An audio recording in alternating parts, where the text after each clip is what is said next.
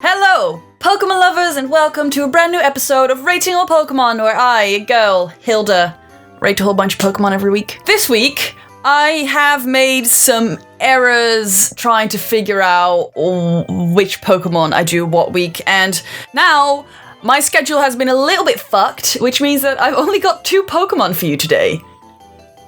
Oops. So I guess this is going to be the shortest episode that's ever been registered of Rating All Pokemon.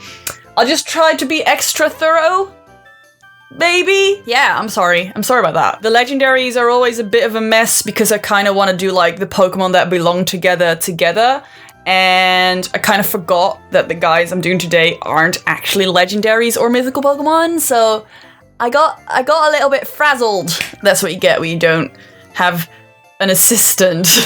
Today we've got 2 Pokemon. It's the Larvesta line, so let's just begin with number 636, Larvesta. Larvesta is known as the Torch Pokemon. It is a bug and fire type, and it is a tiny little, moth larvae. I guess it's kind of cool. It evolves into its second evolution at like level 59, which is absolute insanity. Like, who has the patience to train a Pokemon for that long? I sure don't. That's why I've never had this line, because I'm a lazy fucker. I feel like my camera is crooked, but also the line at the top seems to be a little bit straight, so I don't know what's happening, but whatever. This is whatever. So Larvesta has these horns all around its head, and it uses these to spit fire everywhere, and it uses those fire spit situations to actually fly itself up into the air, but it also uses the flames to get rid of predators and other angry Pokemon. Larvesta's flames are very hot. They can get up to 5,500 degrees Fahrenheit in heat, and I don't know what that is in Celsius because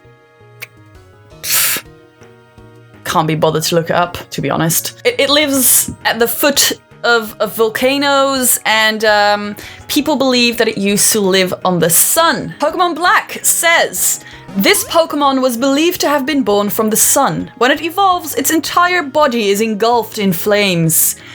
Ooh. I don't know why I did that. So I thought Larvesta and its evolution, Venomoth. I always thought Larvesta and Volcarona were mythical Pokemon, but today, while I was reading upon them, I guess they're not mythical or legendary. They're just dumb moths that are also kind of legendary when you look at their backstory, but they're not. Larvesta may be based on the larvae of a moth, most likely the Atlas moth larva, which is one of the biggest moths that exists around the world. Now, I don't mind moths. I mean, they're kind of gross, but they're also like pretty cool because they get so big and shit. So, I don't know. Moths are okay. I prefer them over eels. It may also be based on the Tower of the Sun, which is a monument in Kyoto, which was created by an artist for an art festival. And it also kind of has these protrusions, and it's really cool looking. I kind of want to go in there, but only like 1,500 people have been allowed inside the building. Inside that building is something called the Tree of Life. And I don't know why, but I'm digging it. I'm just digging it. Now, it also has these little things on its body which might remind us of the, cartoon style sun. And it may also be based on a torch because of the heat and stuff. The name Larvesta comes from larva and Vesta, and Vesta is the Roman goddess of hearth and home. This is symbolized and represented by the fact that in the Temple of Vesta there is an eternally burning flame. I don't think it's burning right now, but you get the idea.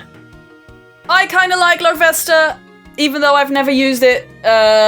Maybe I will. Maybe I won't. I'm gonna give it a 4 out of 5. At level 59, Larvesta evolves into Volcarona, and in Japanese it's called Ulgamoth, which sounds way cooler. Ulgamoth. Heck yeah. Anyway, Volcarona is a fiery moth. It can scatter scales of fire throughout the battlefield to engulf it in a sea of fire, which is terrifying, but also kind of cool. Since Volcarona lives around volcanoes, it is said to be the replacement of the sun, because when an area is covered in volcanic ash, it will be the replacement of the sun because it's so fiery in the sky. Another legend revolving Volcarona is that it hatched out of a flaming cocoon to protect people from very, very, very, very cold weather.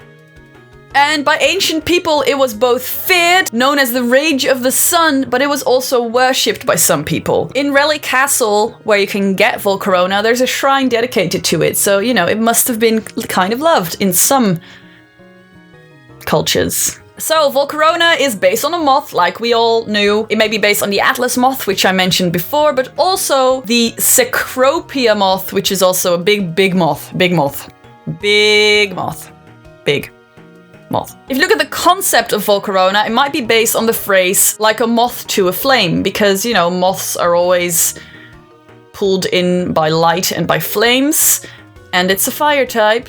It may also be based on some type of sun god, solar deity, many things, and its wings kind of look like the petals of a tiger lily. These are a lot of different things. We don't know which one is true.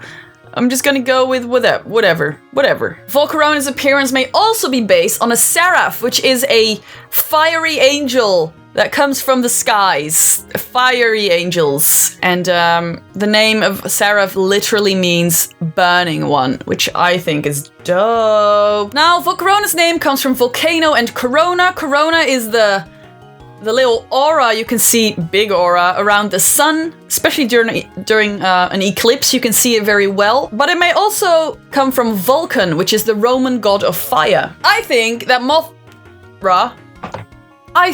Volcarona might also be based on Mothra, the big moth guy from Godzilla or Mothra, one of the movies. I haven't seen it. I just know there's a big moth and it reminds me of Volcarona. The German name for Volcarona is Ramoth, which comes from Ra and moth, and also, you know, Mothra, Ramoth. You get it? 5 out of 5. That was it for today's very short episode. I hope you enjoyed this. I tried to be more thorough this time. Maybe you learned something new. Maybe you didn't. Maybe you're like, what the fuck is she on about this time? And I'm like, yeah, you know, I get it. I ramble. I ramble a lot. Thank you for watching. Have a very good week. And I'll see you again soon. Bye.